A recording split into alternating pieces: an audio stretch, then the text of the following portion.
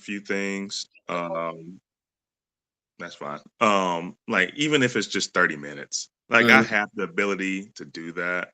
Sometimes I just don't because I'm working at home, Yeah. the kids here after daycare, Yeah. or just being playing lazy. Yep. Like Understandable. I just it's just something like that. But I know I should at least do 30 minutes a day if possible. Right. But it also depends if I go to the office too. So if I go Mhm. into the office to work, I may not go to that station, but I may go to Fort Mill or Springfield to do Okay. some short work, Yep. putting, chipping for like 30 minutes or so. Mhm. Even though we have like a little green out in our on our campus, but it's all turf, but still Yeah. just doing that for 30 minutes or so. I try to do something every day, even if it's like when I go to the office, it's mostly the workout. Yeah. I'm doing an off-season workout program, Oh, there we so go.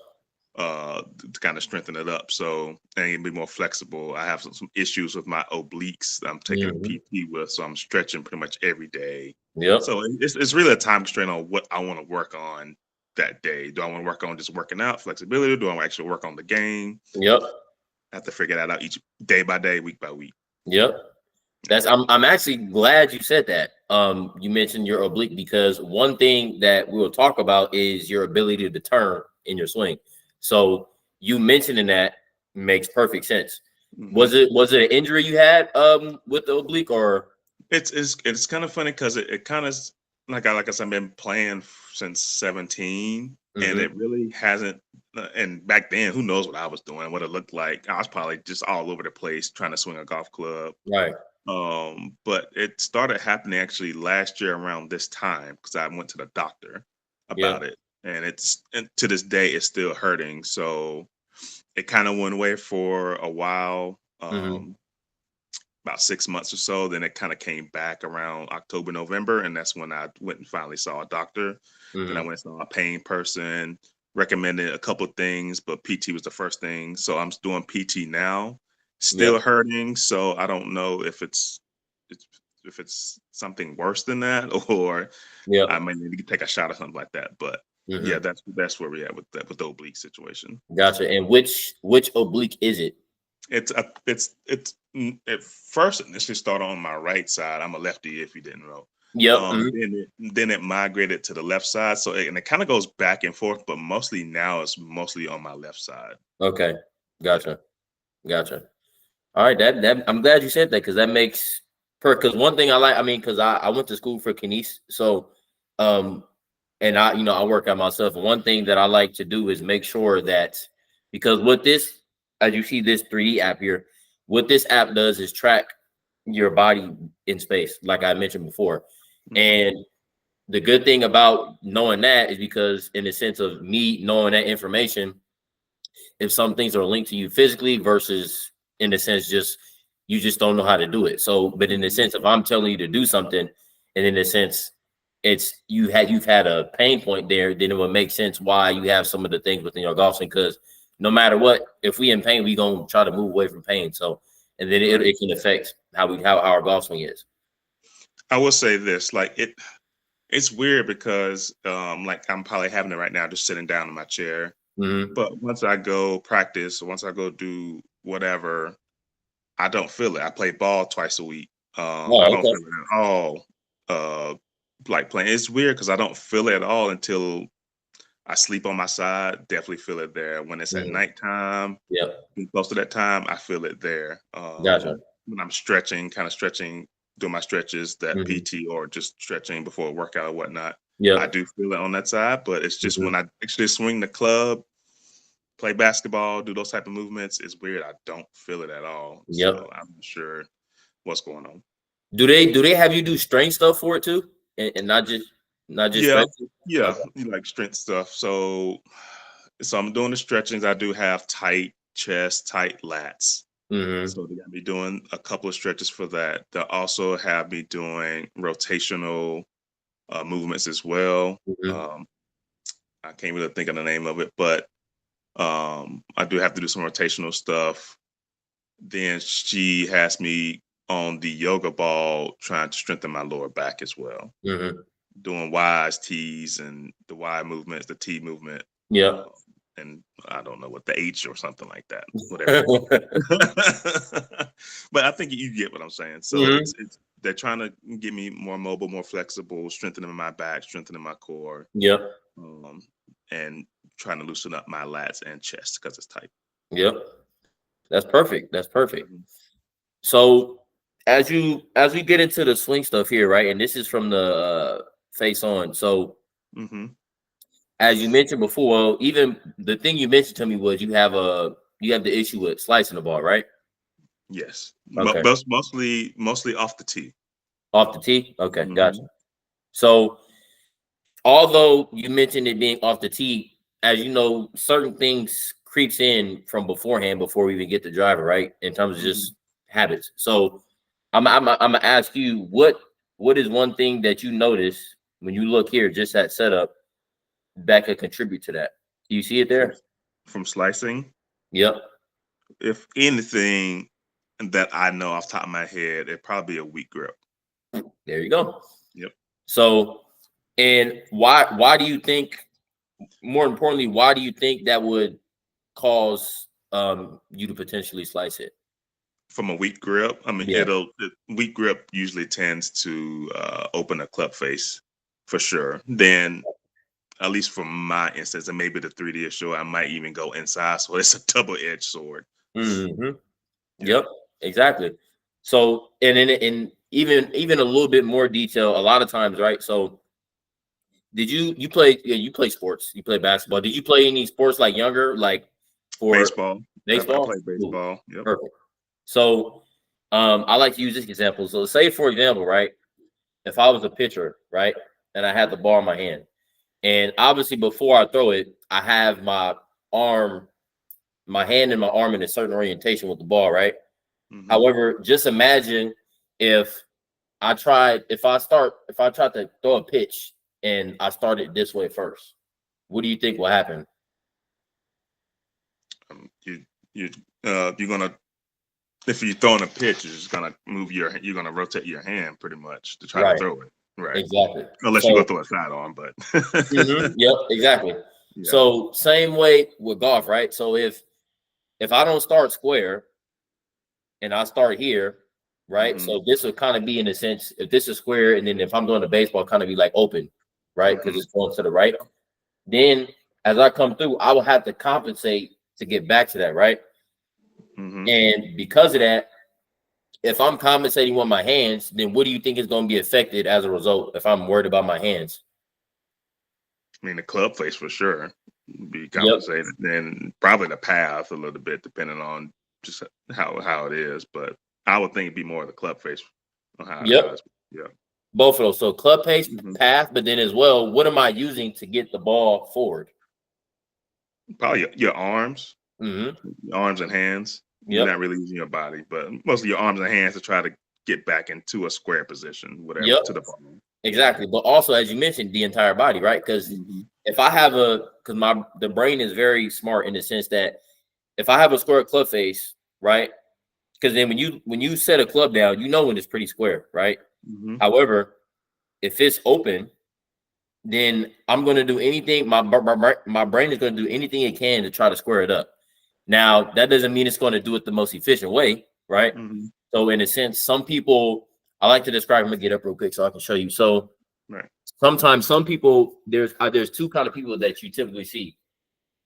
There's one person, say for example, if they have a weak grip, right, and then they have an open club face, is they early extend to try to square it, right? Hmm. Or another thing, which is what you do, is have it where you get here and you swing over, right, to try to square it. Yep. So those are the two main things that happens. And because of that, obviously the way in which your body's supposed to move to have the club face come square through impact is going to be affected. Most likely slowing down your body turn because if my hands are flipping, right, then Hmm. this is stopping. So Right. something has to give. So the first thing, first and foremost, that I would like you to do is with the weak grip is just to one thing I like to describe it as is you can see your lead hand. So that would be your right hand. Yep. So Yeah. your right hand, I would want to see if you look at the glove, right there. Where would you say the logo is facing right now? Probably toward, or if it's that way, close towards the target, but maybe even a little bit more left if it's the right Mhm. hand of the target. Yep. So it's outside left, if that makes sense. Right. Yep. Okay, yeah. So one thing I would want you to do is to have it where you have this logo facing the camera, right? So does that make so in a sense? Say for example, I'm here and my grip is face target side. I would want to have it where you twist it over, and then now you have the logo facing the camera more. Got you. I think it's so basically I'm turning my right hand more right, Right. and Exactly. it kind of looks kind of like a fist, Yep. but obviously a golf grip though. Yep. And then Okay. also a lot of, I like to describe the logo just so it's simple, but also in a sense, a lot of times people describe it as knuckles, right? So Hmm. right now, if you saw your grip, you could probably only see about one or two knuckles. You're looking to see about close to three, maybe even four. Okay. So 3 or 4 knuckle Mm-hmm. stronger grip. It's not mess. Might even be a strong grip. By the time I do it, might just be a, more neutral grip. So we'll see. Yep, exactly. Okay. Because right now it's pretty weak. The right hand is pretty good, but it's Okay. mostly that lead hand. And you can see how I'm asking you a question too. How do you think the grip you have currently is affecting your setup when it comes to your upper body? What do you notice? I mean, my shoulders are definitely like coming down to a decline Hmm. from right to left Right. instead of square, and I really do feel that a lot. Hmm. So either I probably need to lower that right shoulder to be more square. Yep. However, think about this, right? So this is the effect the grip has. So I'm gonna do two demonstrations, right? So let me bring this up a little bit so you can see me included. So Gotcha. this will be the first grip. This will be your grip currently, right? So back up a little bit. Yep. So this is the weak grip right here, right? Hmm. Then watch what happens when I strengthen it. Did you notice Well, what happened? yeah, your it'll be your right shoulder tilted down, so you a little bit more tilted and square at the same time. Yeah. Exactly. Yeah. So basically, what that's telling us is that your grip affects the orientation of your shoulders. So, and when it comes to you slicing as well, so if you see from down the line, you can see it more prominently down the line. So this will be the weak grip right here, Right. and then you see That this. right. Yeah. Your right shoulder kind of comes back a little bit, and it Right. looks more square instead of. And which, okay, now that makes sense because that probably influences that over the top move. Exactly. Yep. Yeah. That's going to Okay. influence the club path to move more out to in. Okay. So instead of trying to, because one thing with golf is like there's a domino effect. So there's like a root cause, and then everything else kind of lines up based off that. So Hmm. what I would want you to do is just focus on the grip instead of in a sense trying to focus on the grip and then lowering the shoulder, because then now it'd be too excessive. Okay. Because naturally, if we have the grip set up correctly, right? So if we have the grip set, because when we grip the club, our hands aren't even, right? Our in a Right. sense, our right and left hand aren't in the same place. They're not like this, right? Right. One is the right, the trail hand is lower than the right, Right. lower than the lead. So because of that, I automatically have it set up where I have some tilt and my shoulders are inclined this way when I adjust the golf grip correctly, Right. naturally. So without Hmm. even having to do anything. And then obviously when like this is a what club did you say this was? It's an 8 iron. 8 iron. So Hmm. and as we know, when it comes to different clubs, right? So if we move the driver, it's longer, probably a few more inches. So because of that, the longer the golf club is, the more tilt we'll naturally have just because of the length of it. Hmm. Basically, in the sense, if I have a wedge, I'll be having a little less tilt versus if I have a driver because I'm gripping farther up on it, that now it will influence the tilt even more while I have more, which is what we want. So you said that. I'm just curious to know, is that a reason why I like hitting my wedges and short irons better because of the short club and I mean, the result is better. How about that? I'm more Yeah. confident with that situation. And I will say I hit it towards the middle, towards the hill, but they're Mhm. forgiving, so it kind of makes Right. sense. But is that the reason why? Because I'm not as tilt. What is it? I'm not as tilted. Is that what it is? That, but also as well, if you think about how each club is hit, so what's the difference between hitting a wedge and hitting a driver? What's the main difference? What do you think? I mean, you hitting up on it on the driver for sure. Then you hitting Exactly. down on the wedge. Right. So Mhm. you know what attack angle is? Do you know what that is? Yeah. Hmm. So just think, right? So the golf swing is a circle. I'm gonna demonstrate this for you. So I'm gonna grab these two golf balls in here so you can see. So and I'm gonna kind of incline the computer down here so you can kind of see it. So incline the computer way down here. There you go. Okay. Yep. So I see it. when I have these two, when I have, say, for example, like this will be a wedge ball position, right? Right. Hmm. And then this will probably be a driver, right? Right. Hmm. So when it comes to when I'm hitting the wedge, obviously I'm hitting down on it, right? Right. So we know the golf swing is what? An arc, right? It's a circle, right?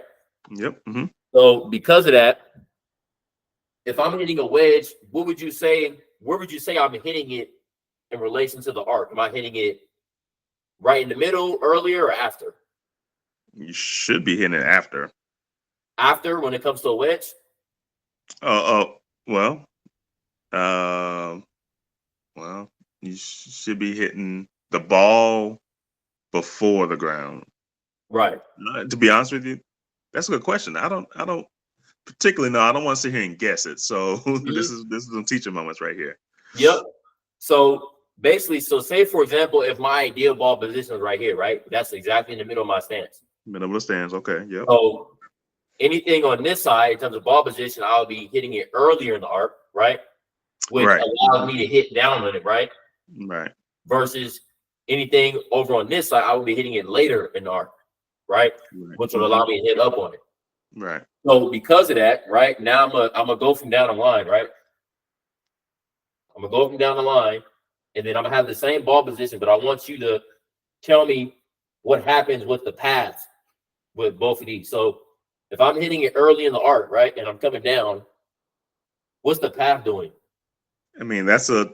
It looks like a correct path, like it's going in to out, like before it hits the ball. Right. Yeah, Yep. like it looks like a good path for a wedge shot. Yep. Hmm. Then, so if I'm hitting driver, so if I'm going to this one, what's the path doing now? It's coming back. It's like a out the end type of situation. Exactly.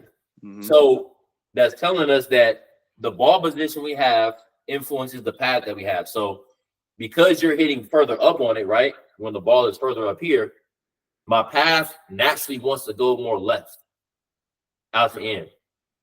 Versus with the wedge, because I'm hitting further down on it, right? My path naturally wants to go more into out. Right. So, and one thing I like to tell people is because of that, it's kind of like you kind of got to find neutral ground in a sense where what I like to do. So if I'm hitting a wedge, right? If I'm hitting a wedge, my ball position is back here. Hmm. Because of that, I know my path is going to be severely in and out. So what I do is I open my stance to neutralize it. That makes sense. Okay. Okay. And it's, To I'm trying to think, and you're trying to neutralize the in and out path, right? yep. Mm-hmm. To more of a, I don't know what kind of like what would you describe that type of path if you move Yeah. your leg like that? So say if I didn't open my stance, my path would probably be about a good maybe 6 to 7 degrees in and out, right? Which Okay. is fine, and well, that's kind of excessive. And also in a sense, because with the wedge, we're trying to still cover the ball, right? And turn. Right.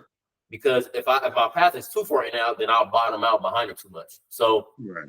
that this change when I open my stance, now all of a sudden naturally brings my path more out to in. And then if I keep the same ball position, then now it'll be more neutralized. Gotcha. Okay. Then so opposite for driver, right? So because of that, if I have it more up here. Now my path naturally wants to go more out to in. So because of that, what I do is I close my stance a little bit, right? Right. That'll neutralize that out to in path. So that's why a lot of times it's harder to hit driver, is because when we hit up on it, the path naturally wants to go out to in, which is why it's easier for you to hit a slice with a driver compared to with a wedge. Gotcha. So that's just showing us that attack angle and where we put the ball position that influences the path that we have. Okay.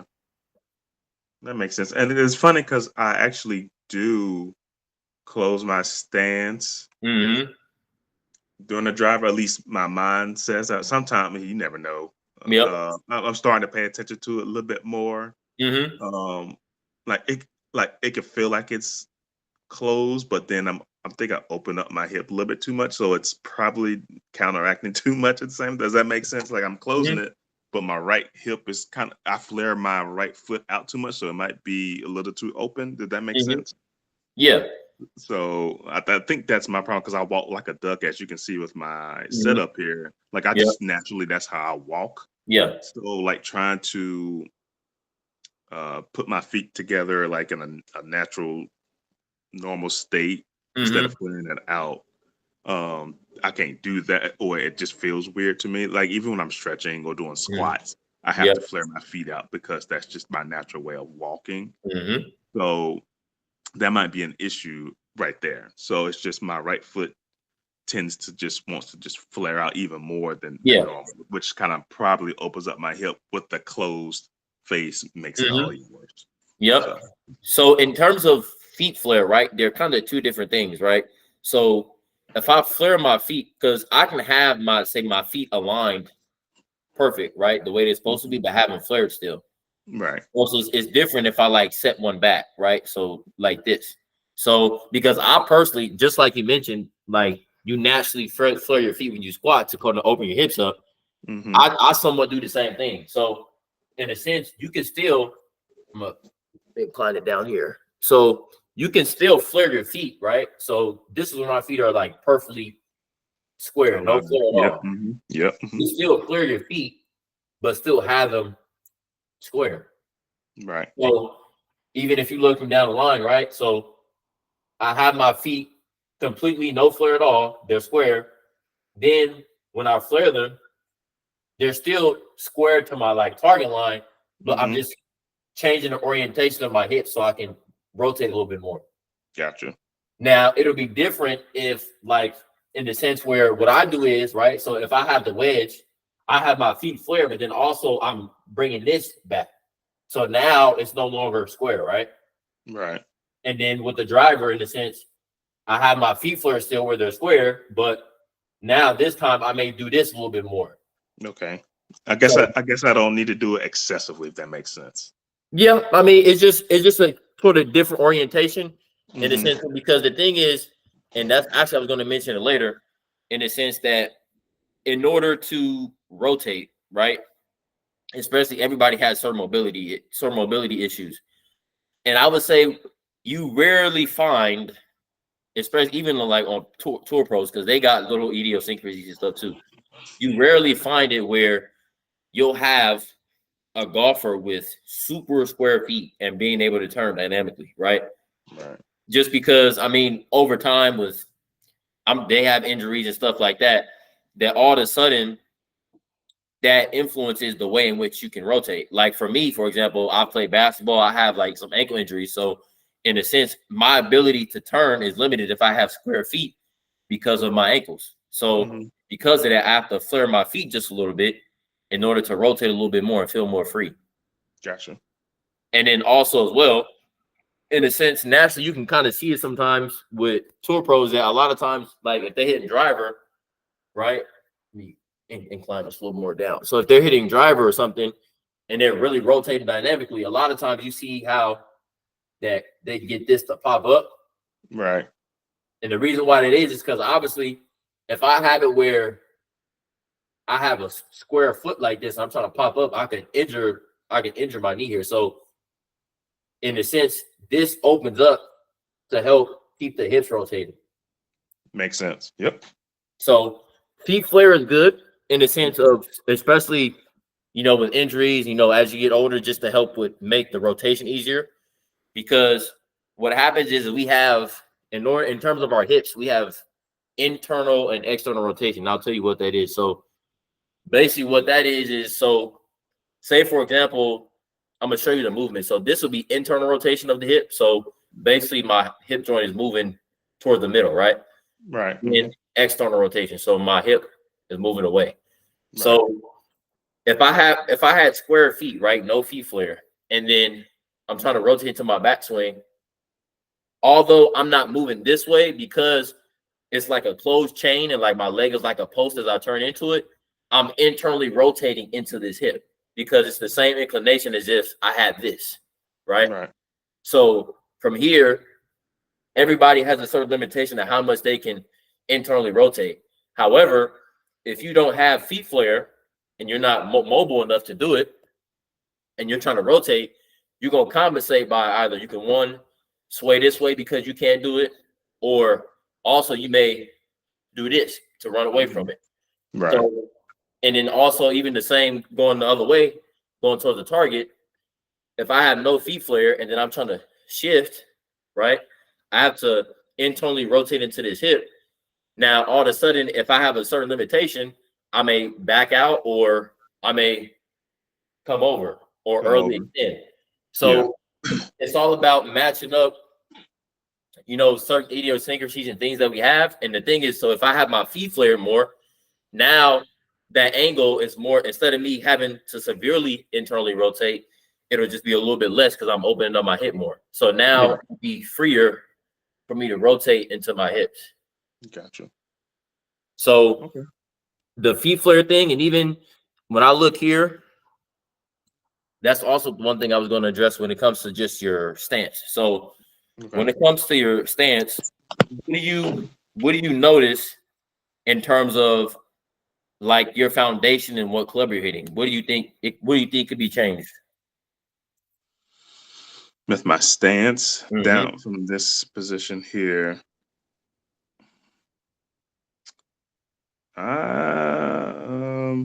probably a little bit more wider base. There you go. Yep. Yeah. There you go.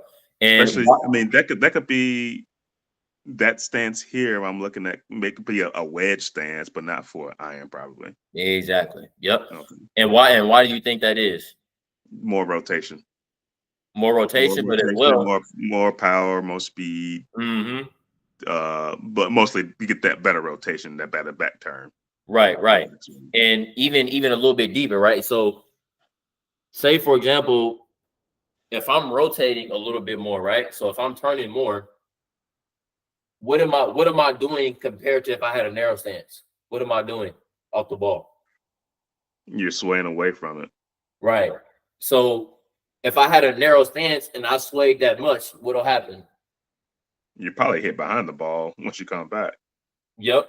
So You hit versus it if I fast, have a which wider stance, now I have the support to be able to sway this much and not be getting too excessive and having to work to come all the way back. right. So even when it comes to like when we're trying to increase how much turn you have, because naturally, since I have the golf club, right, there's some weight to this. When I swing the club back, this mass is going to be taking me away, right? Mm-hmm. So I need support in order to not get too far off and lose my balance. That's Gotcha. why when we hitting chip shots, we have a narrow stance because we don't want to sway up the ball that much. So No, it not forces really. us to stay on top. Mm-hmm.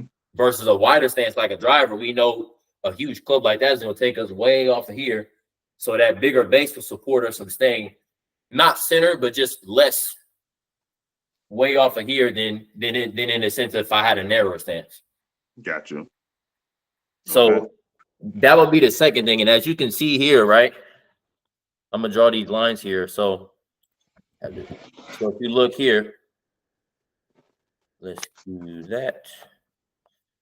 I'm gonna draw a line from where the middle of your ankles are. Have it a little more lined up this way, and your shoulders are. So for a 8 iron, we definitely want our feet a little bit past shoulder width, right? And then for a wedge, obviously, because we're not trying to sway that much, we're trying to stay on top of it. This will be ideal. And then as the club, say, I like to group it in a sense like having so wedges. So let's say if we have, say, like 56-degree to pitch wedge, this Hmm. will be about the stance what people want. Then Okay. as we get to say 9-iron to 7-iron, we want it a little bit wider. So I would say maybe about, so if I drew another line here, let's see. If I drew another line here, maybe about to here, make that a little straighter. Maybe about to right here. Would you say so? I'm just trying to. I'm picturing. Mm-hmm. So, like, say this wedge here. That's fine. So that's gonna be my base. Mm-hmm. So 987. You think maybe like a club head length or two, or a club and a half? I'm just trying to get a visual here. Yeah. So I would say I wouldn't even go off a club head length, maybe even like golf ball. So maybe Okay. like for each group, maybe say about like maybe a golf ball or two golf balls, maybe a golf ball and a half. Okay. One and a half or two Mm-hmm. golf balls. I guess you could just kind of play with it, see what feels Yeah, natural. I mean everybody, everybody's It's different. different. Like in a sense, Yeah. you may okay, this is too wide because I don't want to be swaying that much. So, but Right. ideally, just experimenting with that. We're in a sense where you have it a little bit wider, and then from there you can kind of play with it. Because then also in a sense, going like even further, right? So in a sense, for me personally, if I'm trying to hit like a lower shot, right, I would narrow my stance because then now I'm forced to stay on top of it, and then I won't be swaying off the ball, which would get the ball up more in the air. So that's how in terms of playing with certain things.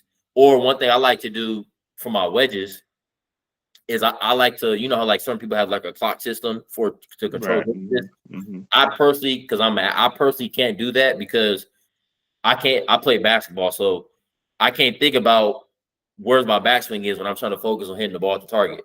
So one thing I like to do is if I have a certain stance with, that's going to judge how much I can swing it back without getting too far off. So that's how I like to judge my distances in terms of like wedges. I have one where it's like inside shoulder width, and then I have one where it's shoulder width, and then for me, I have it where another one's just slightly outside. Now, I've played with it for a lot of times, but that's Hmm. how I like to personally do it because my foundation is going to judge how far I can hit a golf ball. Okay. Yeah, I've tried the clock system, and Hmm. I'm naturally right-handed. I do everything right-handed, Yep. but when I play baseball, hit left-handed. When I grab the club, it's left. It's a more natural feeling to me. So Yep. the clock system, my brain works right-handed, but I'm acting or performing the golf swing left-handed. So Yeah. it's a tough task to do. So I have to Hmm. figure out. It's more of a feel for me with wedge distance. Yeah. I do have a monitor, so I kind of understand, Hmm. and I just put in my terms on this swing here. I mean, a L to L type deal is kind of like a halfway swing for me. Hmm. So I tinker that way, but the clock system just doesn't work for me too. So I Yep. just want to put that out there. Yep. Yep. Yep. Yeah. So we talked about the grip, and Yep. then we talked about stance width. That's just setup, right? Then Yep. so as we move more so into the backswing, right? And as we kind of mentioned it earlier when you talked about your oblique. So as you can see here, I'm gonna bring up these trackers, right? So these are you see these trackers on the bottom? Can you see them? There you go. Okay. Yeah. Yeah. So I want you to focus on the chest turn and pelvis turn numbers, right? So I'm gonna take you just to that setup here, and I'm gonna just take you just to halfway back. So what do you notice about? Oh, it's kind of froze. Let me see. It's kind of lagging a little bit. There you go. There you go. So what do you notice with that? As far as the chest is concerned, it Yep, looked like it never moved. It exactly. looked like it just stayed there. It might have moved like an inch or two, if that. Yep. And then Yeah. also look more so specifically, like when we come down here, just kind of reset. So what do you notice in terms of how you get there? It's more. it's not a chest movement. It's more the arms. It's it's moving the shoulders, mostly shoulders, and thinking it's part of the chest instead Right, of just the chest needs to rotate. right. Right. So one thing that we can do with this app, it's called Sportsbox, is if you look here, I put in a goal, right? You can see this goal come up right here. If it's lagging a little bit, let's see. Try again. There you go. Oh, it's coming back. But even when we look at the trackers, it'll see. There we go. So you can see here that I already put in here. It's called full turn. However, what you can do within Sports Box is locate a certain position in time and focus on that. So although we could be focusing on making a fuller turn in our backswing, right? For you, the thing is, if I'm not making a big enough turn in my takeaway, right, then it's certainly not going to show up way at the top. So that's one thing I want to focus on here. And as you can see, even without really looking specifically at the numbers, is what color do you notice that those numbers are? It's in red, so it needs some work. Right, exactly.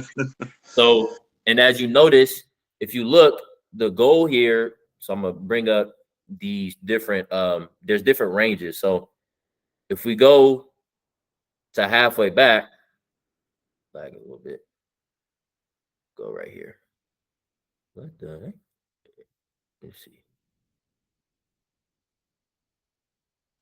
There we go. So if we look here, so there's certain ranges within Sportsbox. So if I click on the pelvis turn number, as you can see, this is set up. Let's go here. It's a little laggy. Let's move it a little bit. There we go, right there. Come on, please. We'll go here for now. So even this is your full backswing, but even when it comes to the full backswing, right? Oh, here we go. Finally caught up. When we click on here, right? So the range for a pelvis turn at halfway back is negative 15.6 degrees to negative 29.2 degrees. So, and when I say negative, what do you think that's showing in terms of the direction in which you're turning? What do you think that means? So if it's a negative and I'm turning, and the range is, what was the range again? I'm sorry. Negative 15.6 degrees to negative 29.2 degrees. Negative 29.2. And my range is you're currently at negative 9.8 degrees. Oh, I'm definitely not turning up. So it's just like I'm being stationary pretty much. Yep. Yeah. Okay. And more so even just like a teaching moment. So when it comes to when you see these numbers, negative means away from the target, right? So when I'm turning, obviously I'm turning away from the target, and then positive means toward the target. So as you said, you're not turning enough just at that position. So, and this is just with pelvis, right? So that means your pelvis isn't turning enough. Now, just question, if we get your pelvis to turn enough at this position, what do you think will happen with the upper body? I mean, it's going to turn along with it too. It's just a natural movement. Right, exactly. So if we go to chest turn, if we click on the chest turn number, come on, there you go. So at your halfway back position, the range is negative 30.5 degrees to negative 46.5 degrees, and you're at negative 18.2 degrees. Oh, wow. So that's not even close. Yep. So, but even more important is that we know, like you said, the relationship with the pelvis turn and chest turn, they're kind of in the same boat. So if we get one to go, then another one will go. So that's the, although obviously we know it's low, at least we know where both are in the same boats. Because then now if you get one of them to go, then the domino effect is going to be the other one's going to be able to do the same thing. Okay. So, and more specifically, I want to give you a drill. I'm gonna give you a drill to actually help you with that. So I'm gonna go. Actually, I'm gonna go out of this video. I'm gonna go to the down line one you sent me. So if we go to the down line one, if we go here, you'll notice kind of the correlation between the chest turn and pelvis turn numbers that we just Mhm. saw, and then as well the path at which the club goes in initial takeaway. Do you have any questions so far? No, this is kind of it's. I mean, I'm glad I'm doing this. Hmm. It's mind. I can say it's mind blowing because it feels like you do a lot with the swing. You know, Yeah. you feel like you're turning, you feel like you're rotating, Hmm. but with the numbers, it's right there. So Yep. uh, it's correlating to everything. So that's good. Now I have. So hey guys, before we continue this video, I want to ask you guys a question. All the swing talk, all the mechanics talk, and just improving our technique in golf in general, what is the actual purpose? Well, we know at the end of the day is to improve our scores where? On the golf course. However, what do we need to do to improve our scores on the golf course? Well, we need to practice properly and we need to identify our strengths and weaknesses to figure out what we need to prioritize to improve our scores the most efficient way. So, I want to give you guys something. I've recently made 2 ebooks. One, an ebook on how to apply a range game to the golf course by giving you a game to do daily on the range to help improve your performance, as well as another ebook, a statistics ebook, to help you keep track simply of your stats on the golf course, as well as to give you a detailed picture of your game so you can track the areas that you need to improve most in.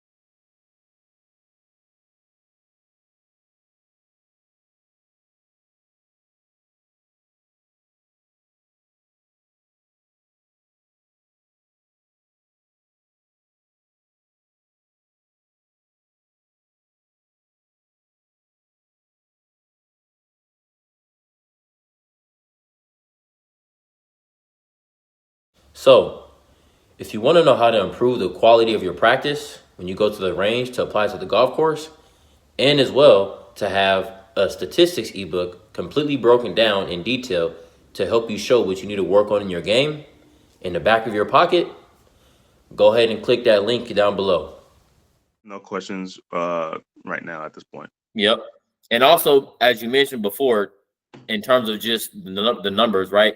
Obviously, the whole goal of this is not to be focused on numbers all the time. It's to go Right. play golf. However, in a sense, when making changes, a lot of times we have, as you mentioned, we have the discrepancy of what you feel like you're doing and what's actually happening.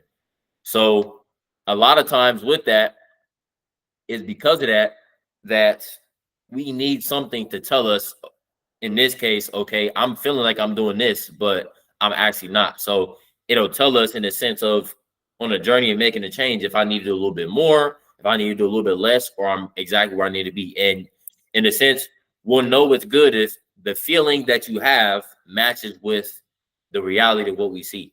Then from Okay. there, in terms of progression, then we could move on to the next thing. Right. Right.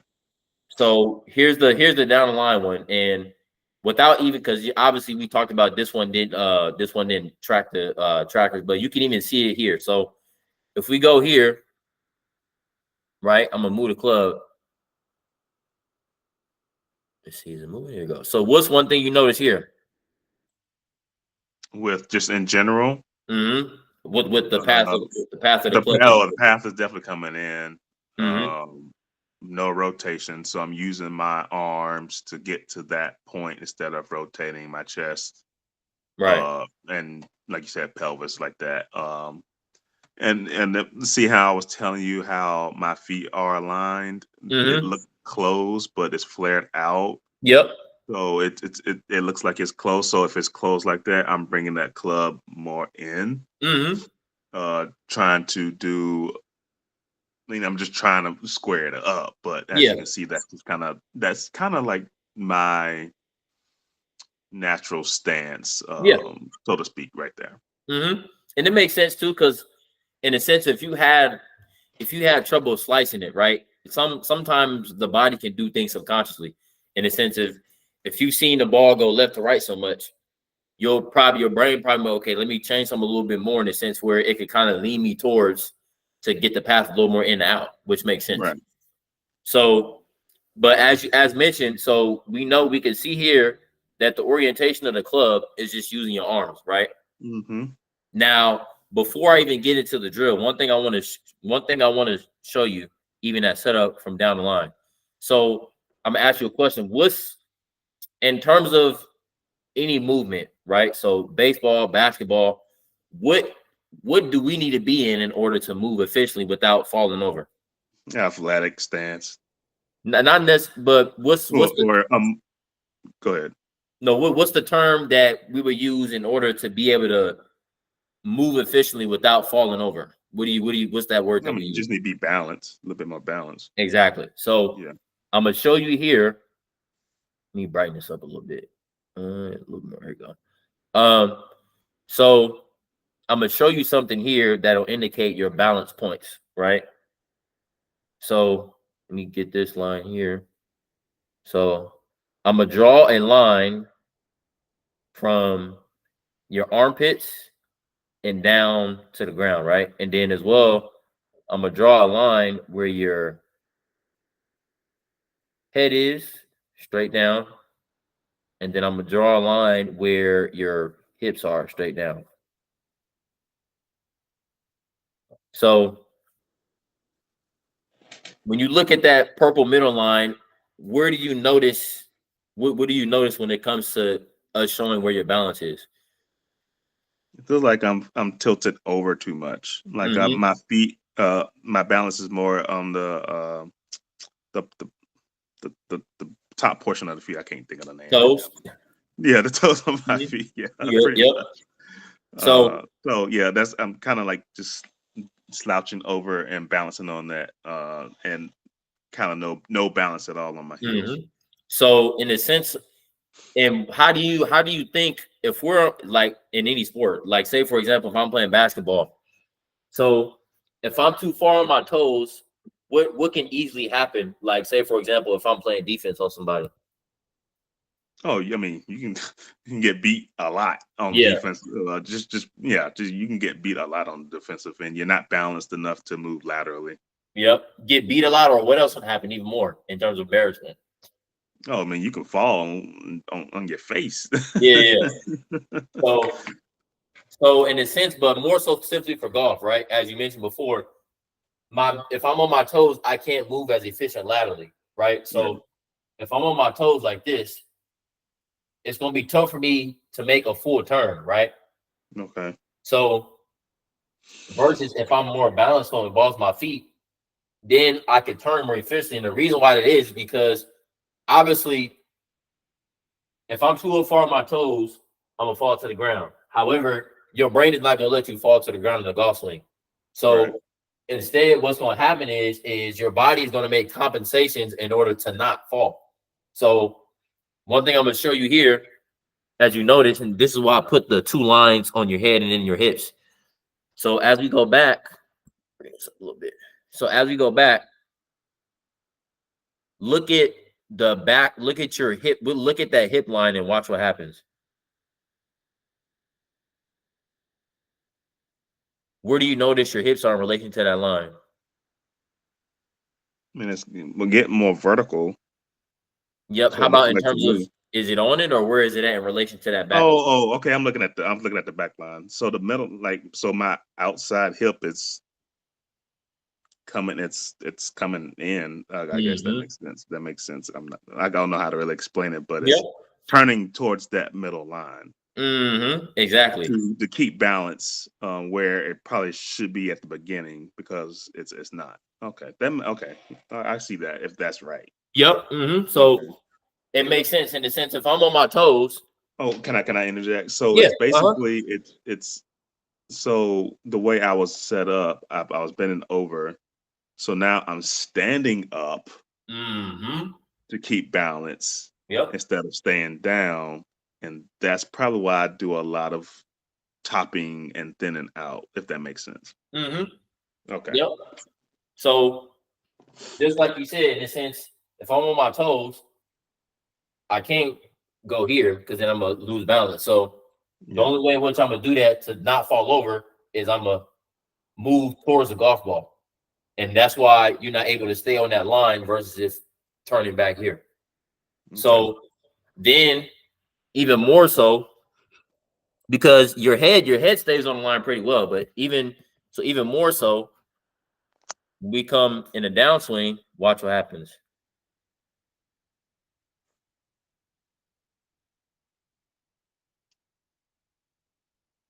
So if we go to impact,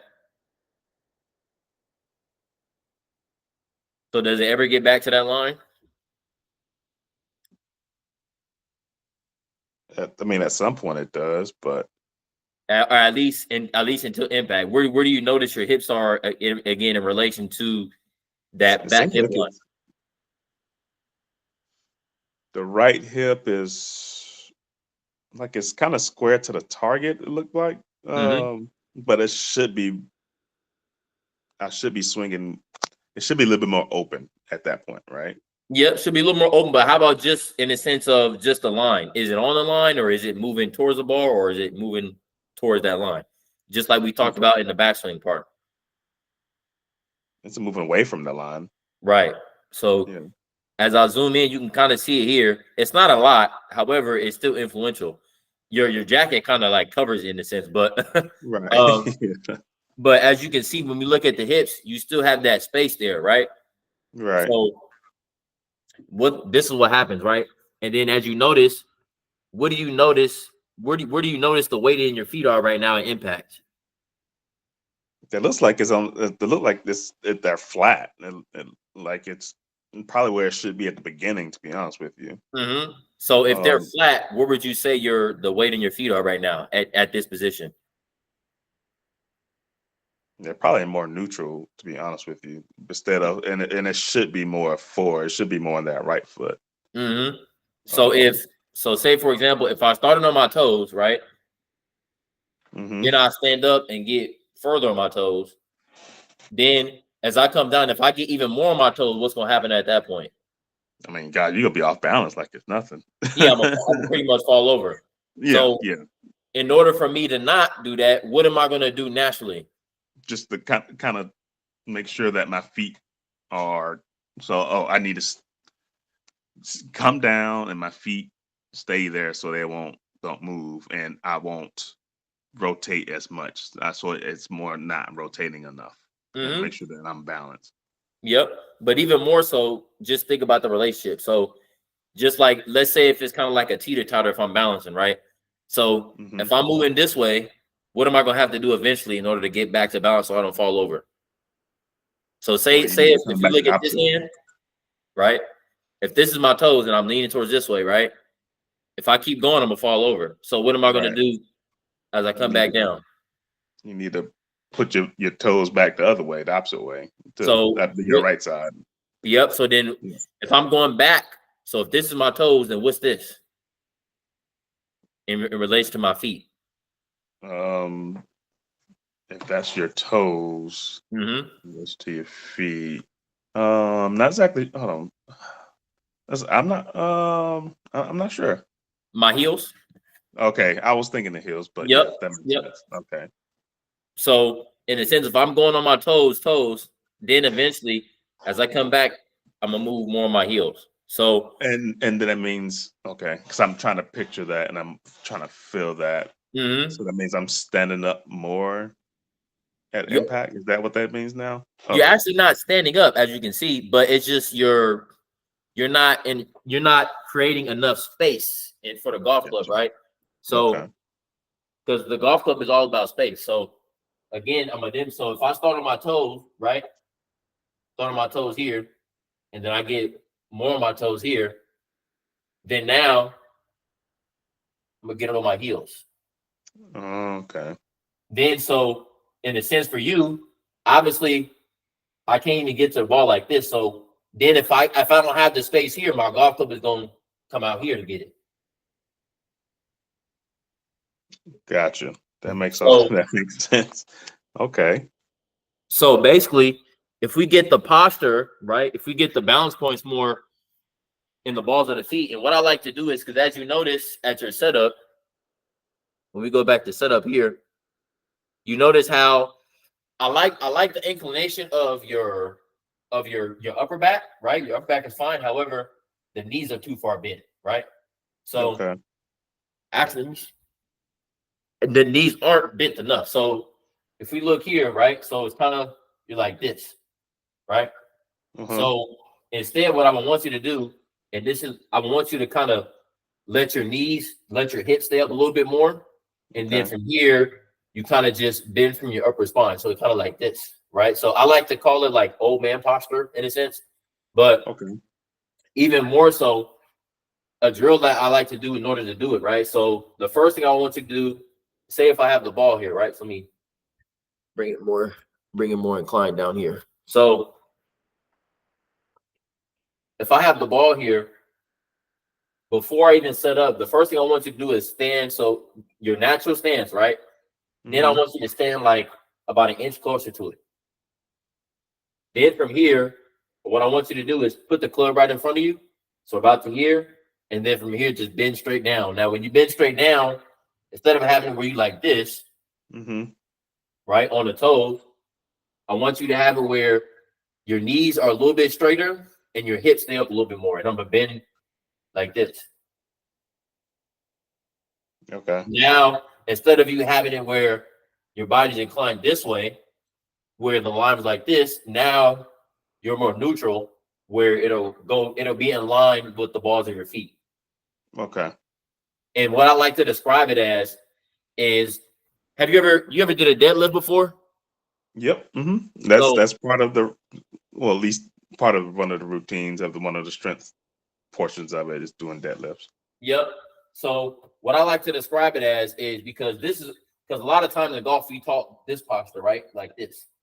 Right. Mm-hmm.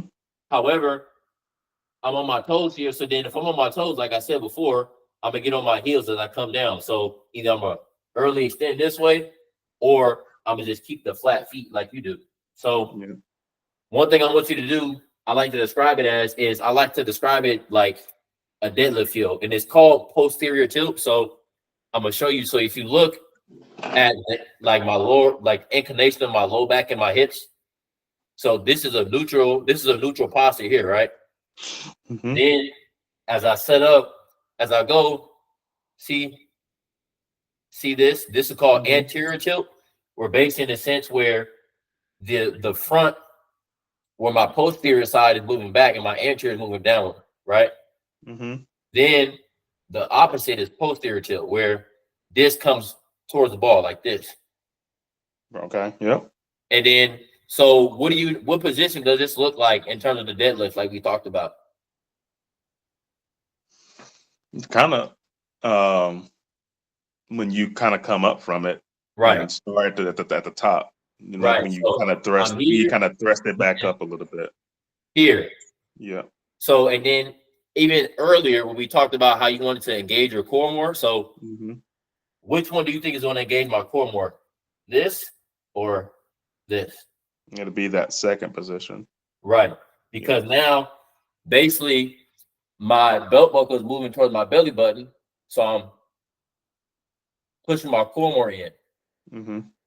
So then from there, so because golf is opposites in the sense, if I start here, if I start too far forward, I'm gonna move back, right? Versus if I'm more inclined more up this way, then I'm a naturally as I come down want to move back here. That So makes okay. Yeah. Okay. Yeah, that makes sense because my thought is you kind of or I do a lot of YouTube stuff and mhm, Instagram, and I'm getting rid of that. I'm done with that. So that's why I'm getting instructions. yep, But they always say some of the best players, when at least on a backswing, want to squat down Yep. to do that. So I've been trying, at least in my mind, try to do that. So if I'm already starting at that position in a Hmm. bad way, coming up, then trying to do that in a bad way, that makes the sense of me coming over the top. Yep. Okay. Just think about it in a sense, right? So in any sport, right? So say for example, if I'm trying to do a vertical jump, how do I start my vertical jump before I start? I mean, it butt back, flat back, Hmm. arms down, kind of going back, and like more of a squat deadlift type position, kind of sort of. So when I do my vertical jump, am I starting way down here first? Am I starting Just down here? oh, I mean, to not to start, no, you standing up to do it first. Right. So same thing with golf, right? So Okay. you're not standing up completely, but in a sense, instead of us getting here, right, Mm-hmm. it's more so we relaxed. So here, and then as I move down, then this is prepping me to be able to move dynamically coming down. So same thing with the vertical jump. Instead of me getting all the way down here, because then if I'm already down here at the start, it's gonna be harder for me to jump up. Oh, okay, yeah, I'm thinking of the movement. I'm sorry. Yeah, you're right. I'm sorry. Yep. Versus in a sense where I'm up, relax, then I move down, then I Then move back yeah, up. yeah, you're So right. Yep. Mm-hmm. so same thing with golf. If I'm more relaxed here, then I take my backswing, then I can move down later. But if I'm already down here, then I can't keep going further down. I'm gonna have to move up and change things. Right. And So that's how this backswing is right here. It's mhm. I'm already bent over. The only movement I can do to try to hit the ball correctly is to stand up because of that. On top of Yep, being imbalanced as well. Okay. yep. And for you, which is actually good, you don't really stand up in a sense because you can kind of see how even at impact, how you stand up a little, but you kind of somewhat stay in posture, but it's mostly not even about you standing up. It's about where your hips are inclined towards away from the ball. Mm-hmm. So, and obviously, if my hips are more towards the ball, then I'm crowding that space. So, again, because of that, I can't swing inside to out. So I'm gonna swing over. Oh, okay. So versus if I'm more balanced, right? Then as I make my turn, now I have all this space for the club to move from the inside. Because then now my hips can move back. Versus if I'm here on my toes, then get back to my heels. Now I don't have that space anymore. So only way it Gotcha. has to go is that way. Okay. That makes sense. I like that visual there. Yep. Okay. So the visual again is kind of in the sense where kind of like a deadlift feel. I want you to stand up a little bit taller. So it kind of as you can see as you look at my upper back, it's not completely straight this way. Yeah.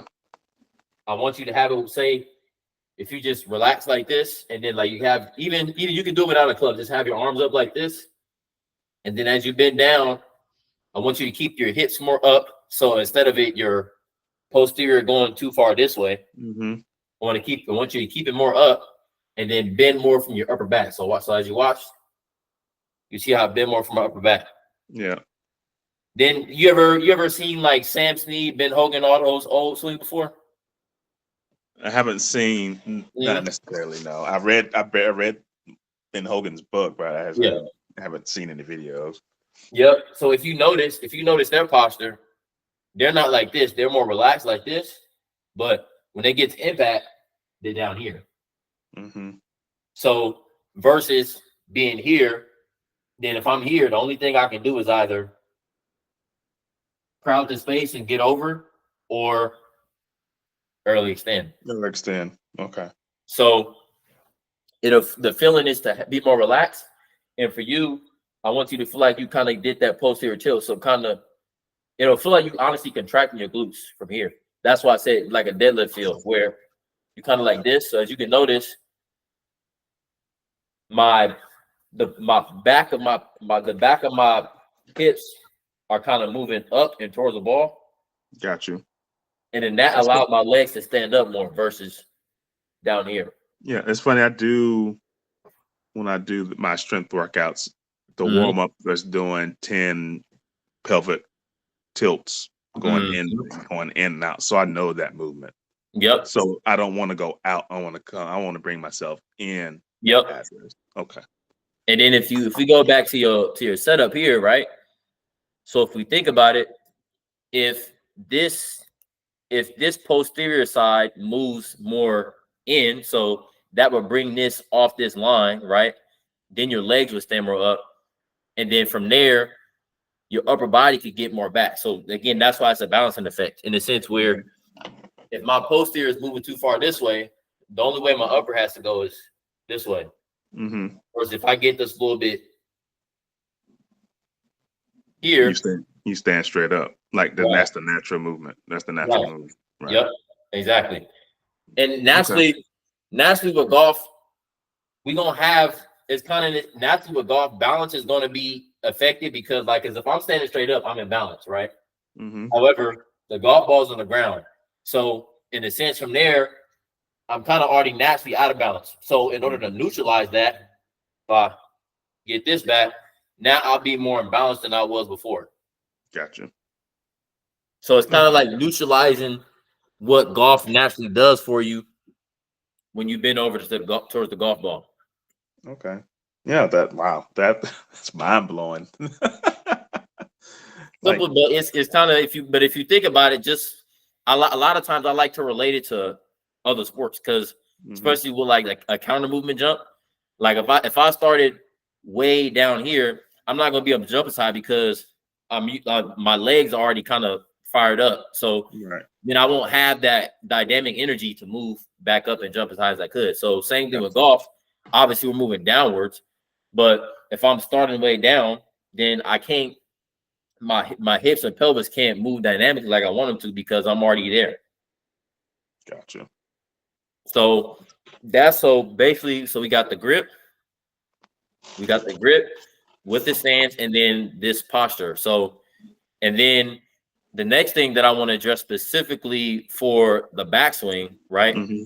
is I'm going to give you a drill. So, and this is going to help with both this issue in a sense of getting the club to not just be here with the arms, but in a sense, get the arms more deeper. So when I say deeper, I mean in a sense, if you can see your arms are still relatively on that middle line, right? Right. The goal is when we have more turn that your arms are actually more so in between that middle line and that back line. Okay. That makes Yeah. sense. So like, Yeah. That's always been. I think, and that might be the lack of back mobility, rotation. mhm, I wouldn't even say the injury has a part of that. I think it's just being a little bit more mobile and just kind of being free up that rotation, if that makes right. sense. Just kind of just do it, you know. Yep. But also, even in a sense, we talked about the balance stuff, right? Yeah, All this should free up your should ability to free up. rotate even more. Because Okay. just think about it in general. If I have a posture where my glutes are contracted compared to where they're not, which one do you think I'll be able to turn more with? So for sure with the glutes contracted. I mean, it's Right. just.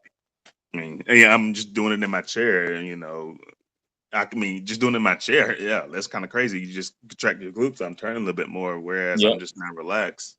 You're restricted after a certain point. Yep. Yeah.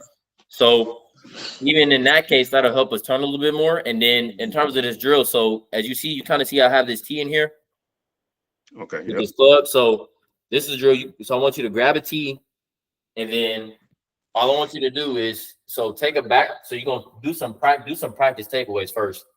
Where all I want you to do is kind of have the T where it's kind of like how would I say? So it's kind of like it's kind of a little bit out, not all the way, but Mm-hmm. a little bit sticking out like that. And then from there, most importantly, let me get this a little more down so you can see. From there, what I want you to do is so this is what you currently do, right?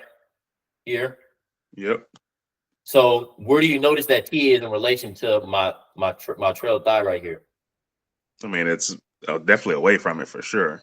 It's Yep. it's it's not even. Yeah. Versus It should be that T should probably be facing. At least the top of the T should be facing that leg. Yep, Yeah. exactly. Or what I want you to do is to feel like you brush it. So if I brush it, Okay.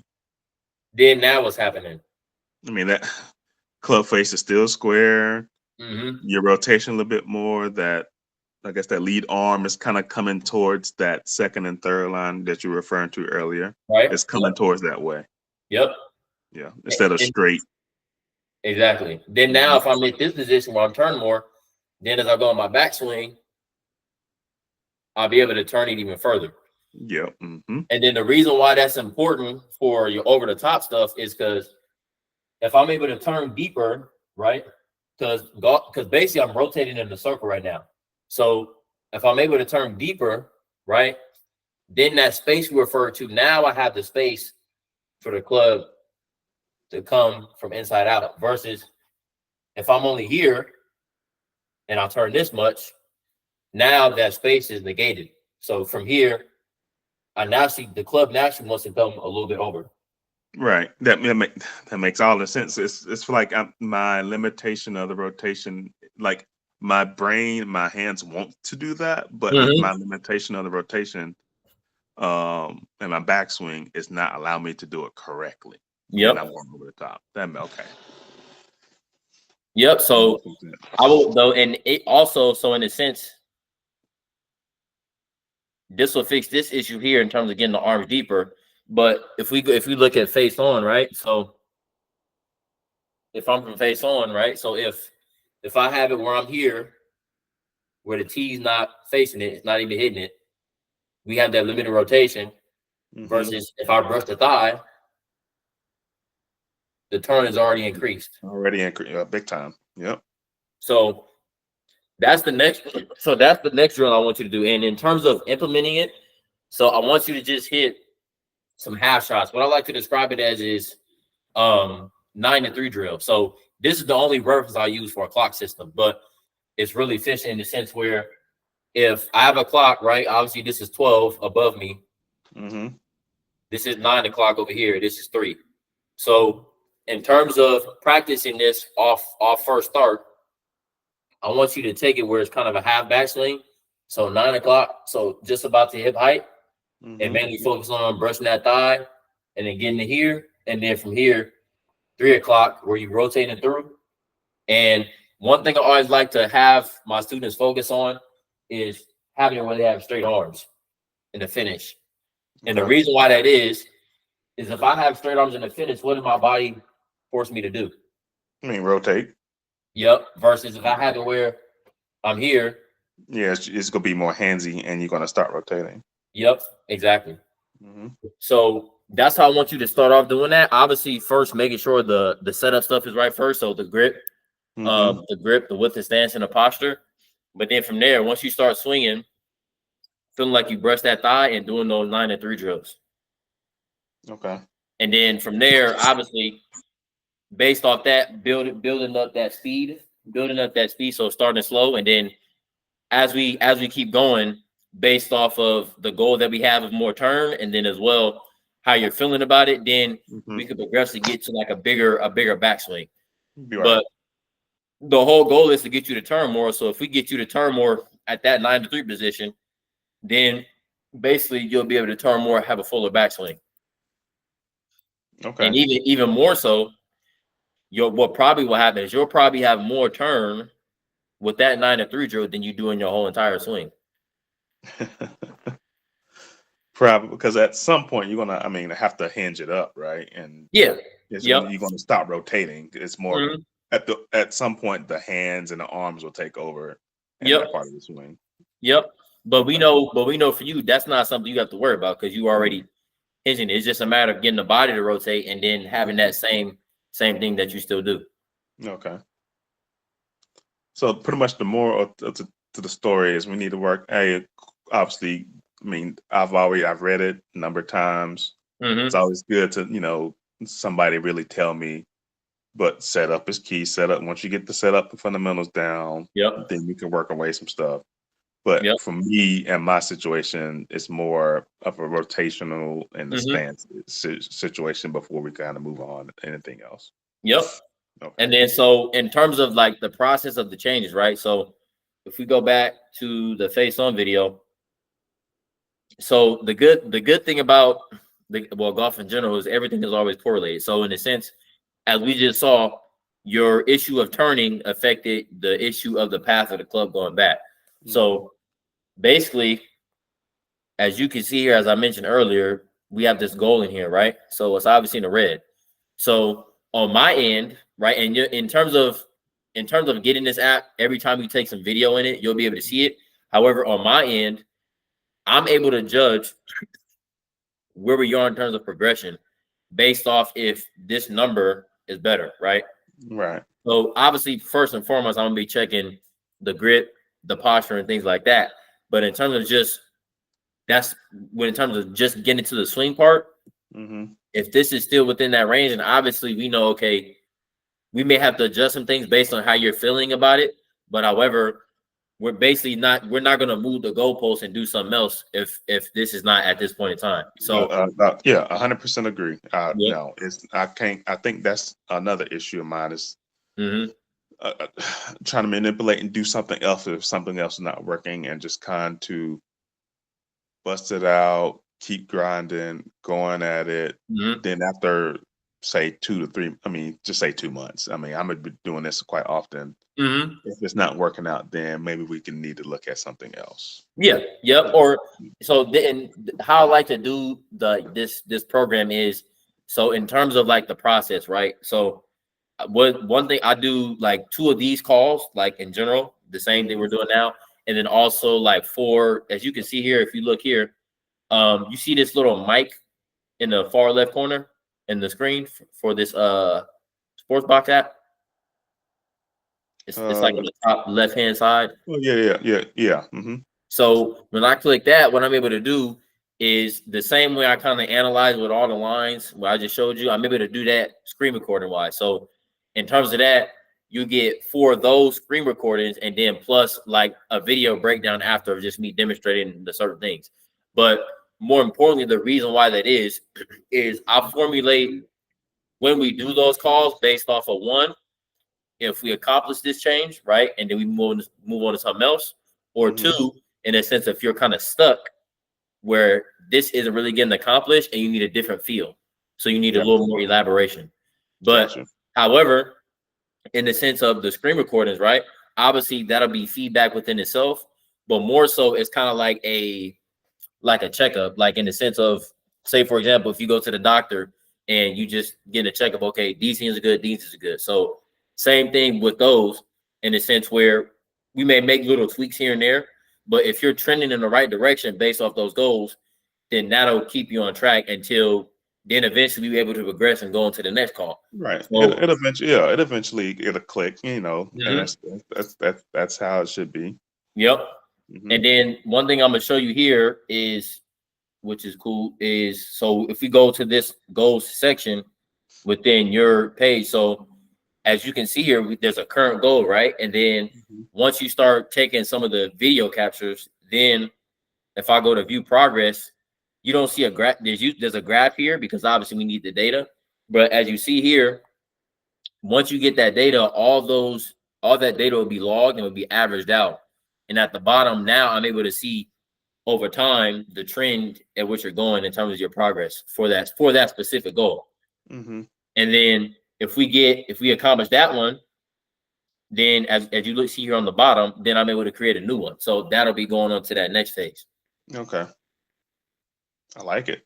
I like actually seeing something like that. I mean, we write stuff down, of goals or stuff like that, but it's different when you actually kind of see it like in a format that looks good and more presentable, and that you can kind of understand what's going on. Yep.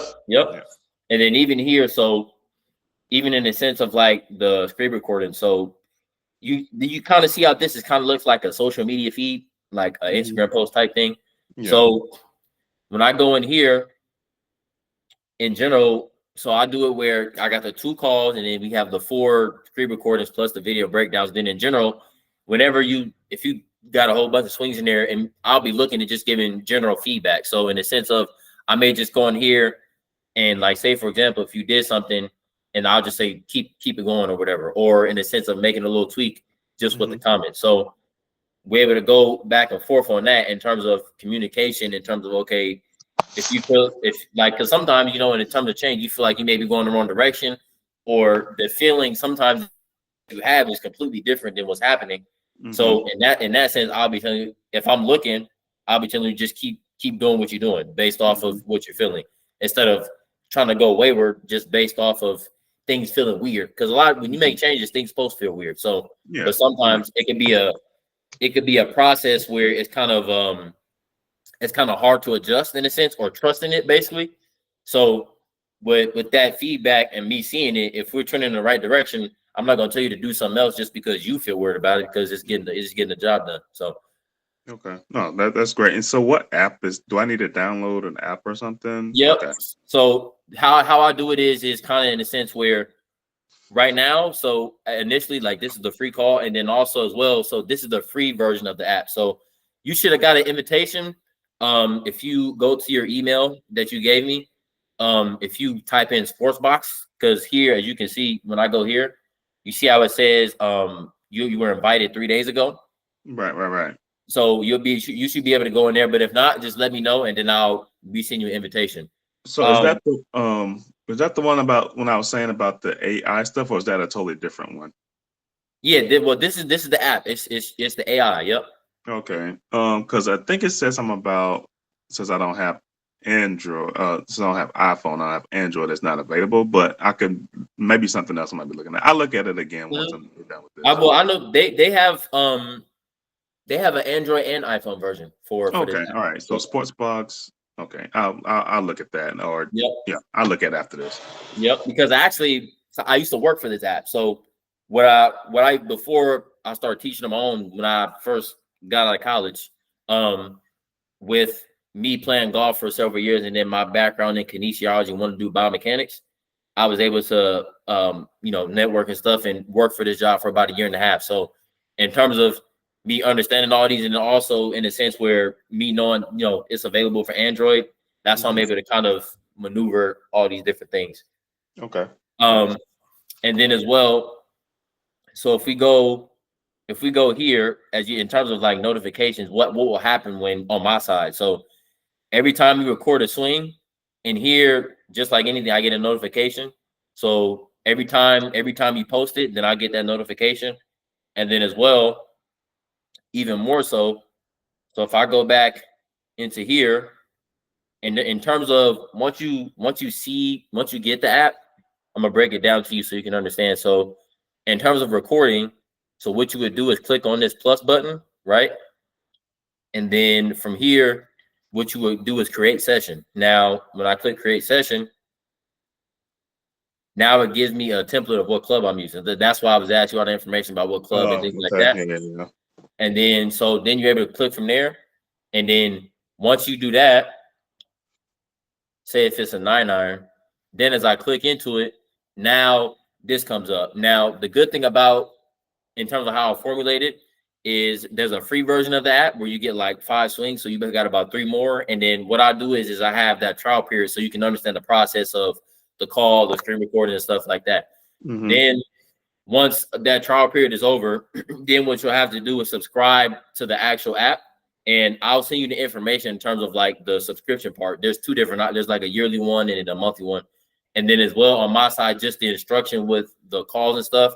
I'll see you that link in terms of the payment and stuff. But in Okay. terms of that, in terms of the payment, I'll send that to you after the free trial is over.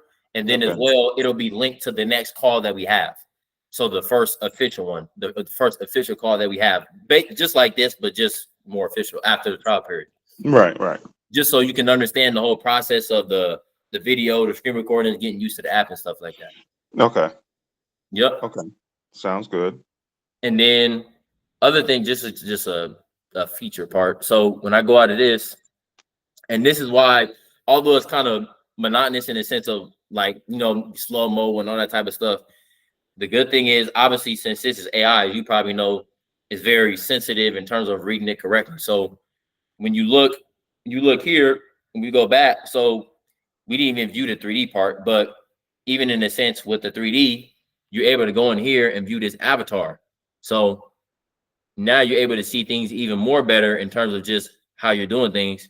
And it's kind of cool to be able to see it And then as well, in terms of yours and mine, you can see it from all different angles. So you can see it from above, right?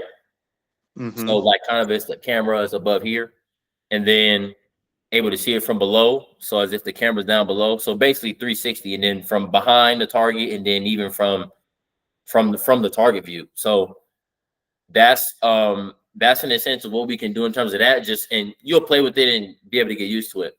Okay, that's pretty cool. And then as well, even more so, which is more important. So if we go here, right? If you see this little box at the top right, just beside that little three dots, it's like a box with a line in between it. So if I click on that, I'm able to add a 2D reference video. So that would just be the 2D video we were looking at, or a 3D model, which would be this. And from here, if I click on 3D model, right? And say, for example, if I clicked on a swing, like my swing right here, then even in terms of you, right? When you have a buildup of swings, what you'll be able to do is, in terms of progression, right? In terms of progression, if we have a point in time where you swung it bad or you swung it good based off the numbers, then we can compare both of those. So in the sense of, if I swing it good this time and then I'm falling off a little bit, then we'll go back to a time where within this app where you swung it well, the numbers that we were talking about were good. So then now we can correlate what's the mishap between the two. Makes sense. Yep. That makes sense. Yep. Okay, cool. I like that. Yep. So what I'll do is I'll send you that information in terms of the different options for the sports box. And then like I said, if you go into your email, if you look up sports box, you should got the invitation. But if not, I'll resend it to you. And then as well from there, with this call, once the call is over, I'll send this right to your email too, just so you can kind of, in terms of reference, in a sense, if you get confused, you can go back to this for reference. Okay, gotcha. Yep. And then even in general, even more important is, although we have the numbers and things like that and stuff like that, the whole goal that I have when it comes to students is, with this, is to be able to reference, is to be able to use this as a tool, basically. So in a sense where over time, say for example, like when we play in the golf course, we're not going to be able to have this, right? We're not going to be able to have all the numbers and all this type of stuff. So the importance of this, even when it comes to, like, say for example, when you're like video capturing certain things when you're practicing, I would want it to where you have a certain section of your practice to where you do take a few videos, maybe about, because even me, I used to be video crazy. So, but now I've stopped that because I don't need brain overload. So, but you get, even in a sense, I like to say, like, you have a kind of like section within your practice where it's about 15 to 20 minutes where you taking some video and then looking at things. But then from there, the important thing is to not do video after that, because based on like the feedback that you get from me and in general, the things that you know, from there, now you being able to take the numbers and correlate it within yourself, is what's going to be key to transfer to the golf course. Because I'm not going to be able to tell myself, okay, my number at this point in my swing on the golf course is negative 25, 50 degrees. The only thing I'm going to be able to reference is, what am I feeling in order to get to that position? So Right. There's tools to be able to vitalize that, to vitalize the fields that we need to have. And then once we confirm that based off of the results, then you're able to transfer that to the golf course. Right. That makes sense.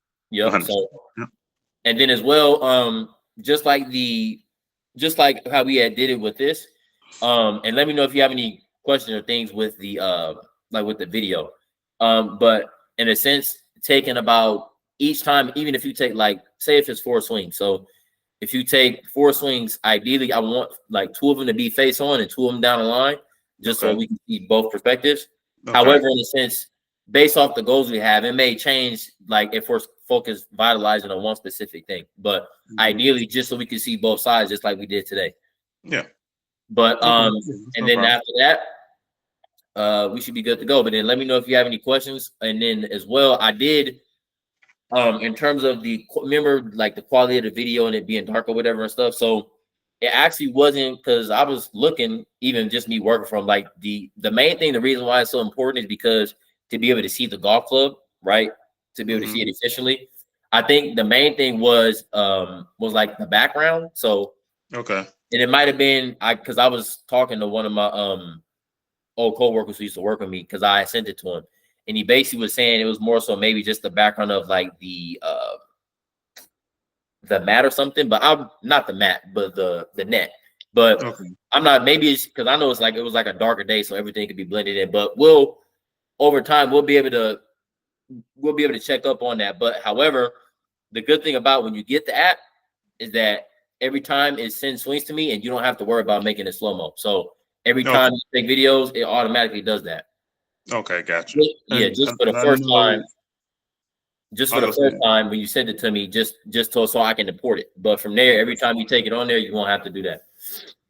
And I was gonna say, and I know there's a certain part of the day, which would be later afternoon, mid to Hmm. late afternoon, that area where I was hitting from gets dark Yeah. because just where the sun kind of goes, it goes to Hmm. the more on the west side. And so Yeah. like right now at 12:30, it's probably pitch bright outside Yeah. where Right. I Right. was hitting. So after like even 2 hours probably from now, it'll change because just the way the sun is Hmm. setting. Yeah. So Yeah. Yep. All good. But okay, cool, man. Cool. yep. Yeah, I like it. Yeah, just yeah, send me all the information. I have all the emails, so I'll Hmm. look at the sports box Yeah. and make sure that we're good to go. Hmm. I'm assuming I will get. How would I access like the drills that we talked about today? Will that be in the email, or will that be through here? Or I mean, Yeah. So I also written them down too, so I have yeah. those. Yeah. So it would just be through. So that's why I record this whole meeting. It would just be through the recording that I send you, Gotcha. so you're able to reference it. And then as well, when we start taking the videos and stuff like that, then from there, um, based off that, like the video breakdowns, I'll be sending those to you as well. And then even in the sense, if you have like future drills and stuff, if you have questions, I'm able to send those to you through this just within the app as well. So Gotcha. yep. But for right now, mainly in terms of the recordings, so that's why I send it to you so you can immediately have this so you can reference it. Okay. Perfect. Sounds good. All right, man. I definitely enjoyed it. Definitely a lot of information. Yeah, I know. Hopefully it Like, wasn't too much, but no, it was perfect. It was yep, fine. yep, Simple stuff. Well, not simple stuff, but it makes sense to me. It's starting hmm, to kind of correlate a little bit. So, yep. Sounds and good. we will get it done step by step, day by day, and Yep, we'll get better for sure. yep. As I said, Rome was built in a day. Yeah, that's correct. All Sounds right. good. Well, thank you again. Hmm. I'll just wait on the information from the emails and all that Yep. stuff. And if I have anything, I'll shoot. What's the best? Do you have I don't know if I have a cell phone or anything. Or is that all information on the emails? Or do you still? I think it said WhatsApp was part of it too. Or Yeah, yeah. So I was just about to ask, do you have WhatsApp? I used to, then I deleted it because I just didn't have any need for it. Okay. So But that's I mainly send all the information through there. So if you're able okay, to, yeah, I that'll can be the send best that way. back. Yeah, yeah. Okay. All right. Yep. I'll do that. Yep. So between the WhatsApp and then also just the app itself, the Right. communication will be able to do all through there. Okay. Perfect. Sounds good. All right. Anything else? Nope. Other than that, that should be pretty good. Like once and since the meeting for this recording, it'll be in progress. But then once it like loads completely, then I'll send it right over to your email. Okay, it's perfect. Sounds good. Yep. Sounds good. All right, man. Thank you, Dan, for your time. I know a little bit over, but hey, No, it's gonna be. that's why I'm just focused on the quality. That's all. Yeah, I that's good first I say information. 30 minutes, but I know it's never gonna be 30 minutes just because that's how I am. So Gotcha. I all understand. good. Yep. All right, man. Well, have a good rest of your day, and I'm gonna start working right now. Yep. You too. All right, buddy. See ya.